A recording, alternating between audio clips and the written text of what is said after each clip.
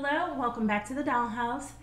I am the doll, and today I am talking about dark skin privilege. The perception of dark skin privilege.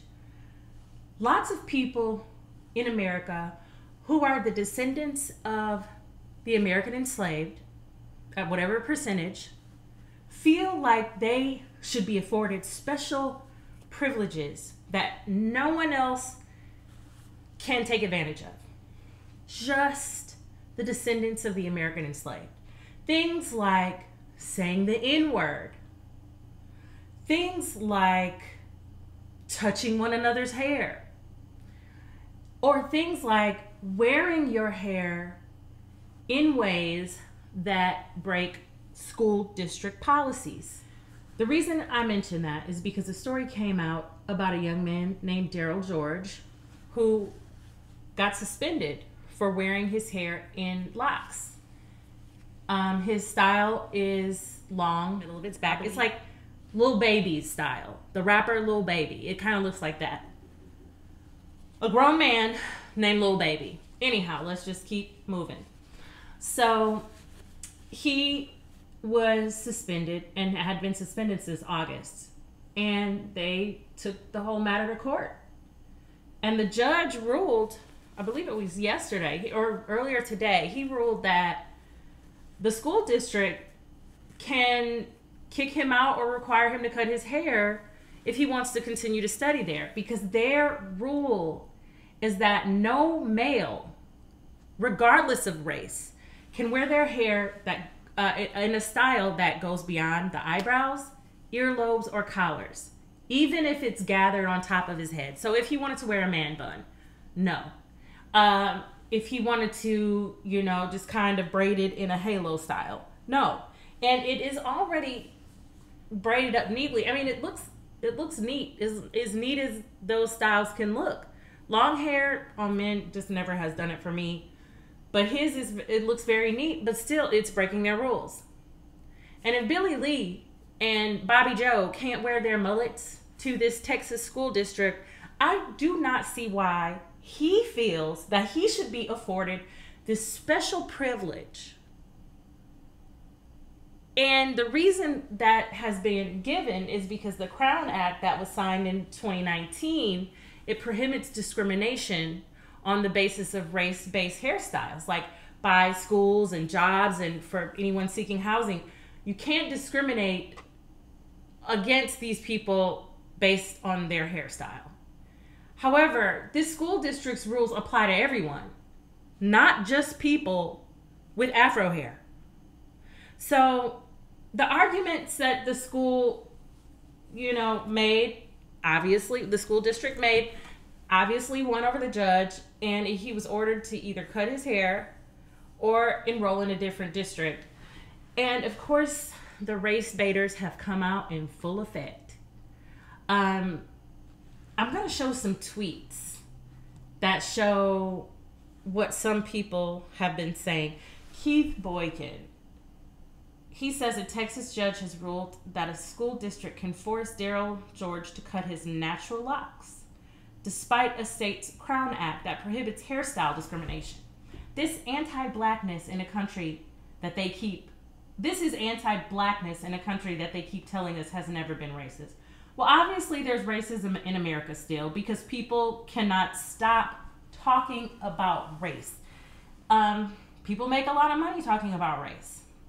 Somebody replied to him, as a Texan and as a human, I'm infuriated that this Texas judge ruled in favor of the school district.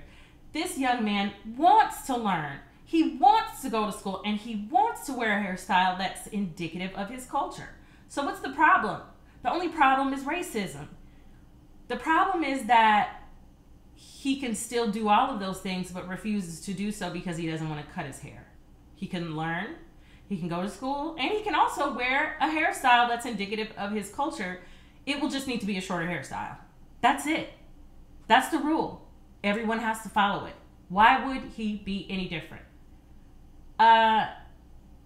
So people under her are asking her questions and rebutting it, but basically just saying, listen, If it applies to everyone equally, then what's the problem? But of course, we get the Blackistan responses. The problem is his hair screams pride in his culture. And Texas definitely doesn't want black people to feel that. That is one of the most ridiculous things that I've ever heard. Out of all of the states, Texas is one of the biggest, most powerful and influential states with a high population of both Hispanic and black people of color all over the place. In elected office, the governor signed the Crown Act into law. No one wants to discriminate legally against black people. And if discrimination is there, the laws don't support it. So what more can be done? He is not being discriminated against, and no one is saying that he shouldn't feel pride in his culture. It's just, the black outrage from not really reading the article. It seems like sometimes people just don't comprehend things. They don't dig deeper, or they get outraged easily and just kind of start popping off. So people replied to him,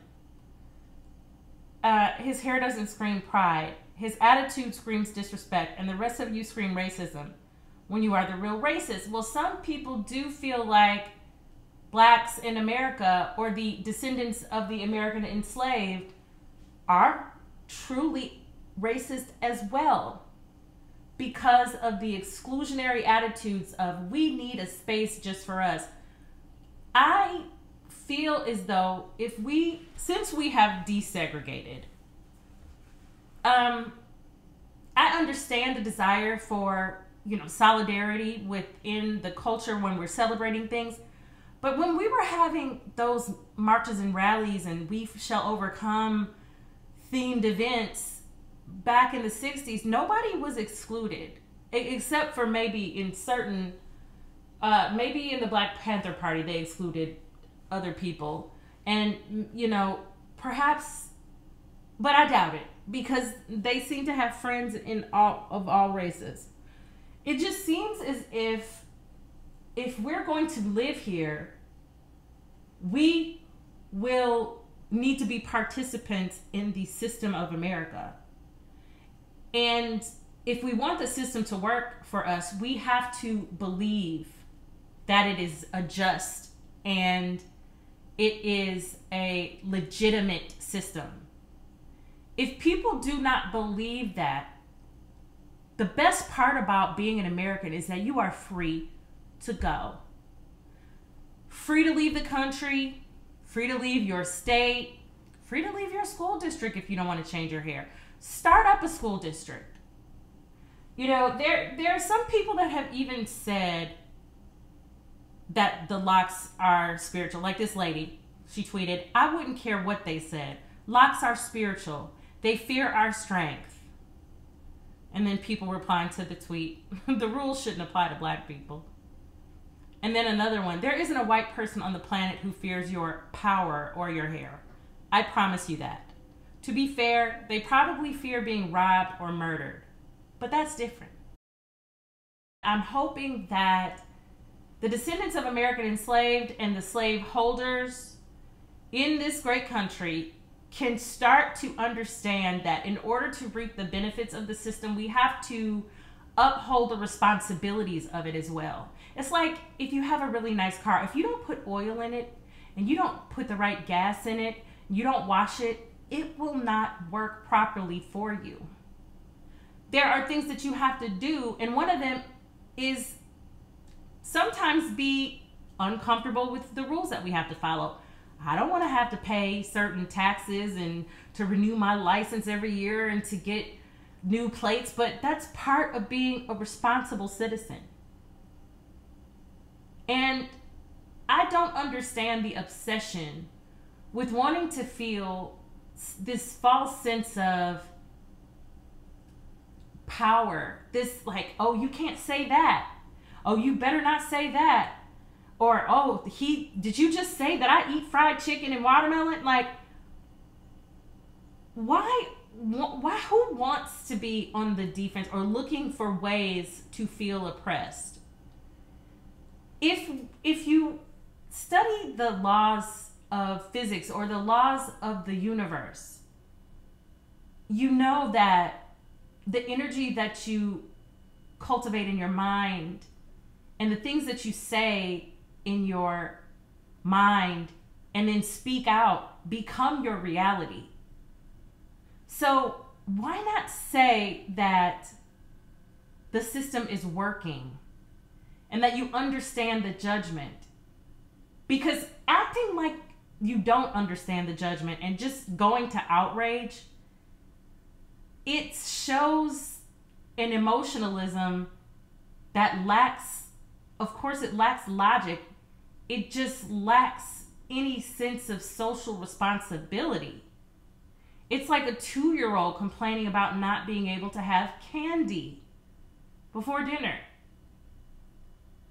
It just doesn't help our brand as descendants of the American enslaved and slave keepers, slave holders. It doesn't reflect positively on our brand.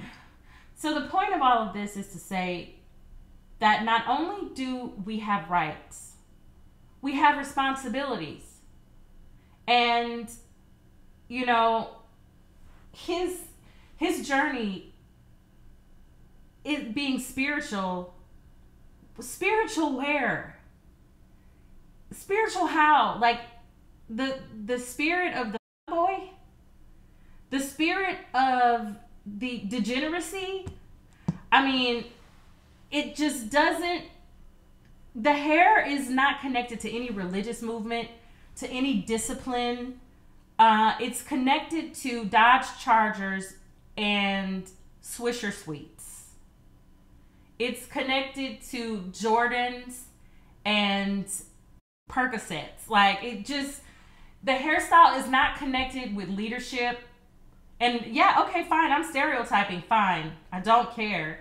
But what I'm saying is that he could wear his hair, his natural hair, in a style that is compliant and also reflective of his culture.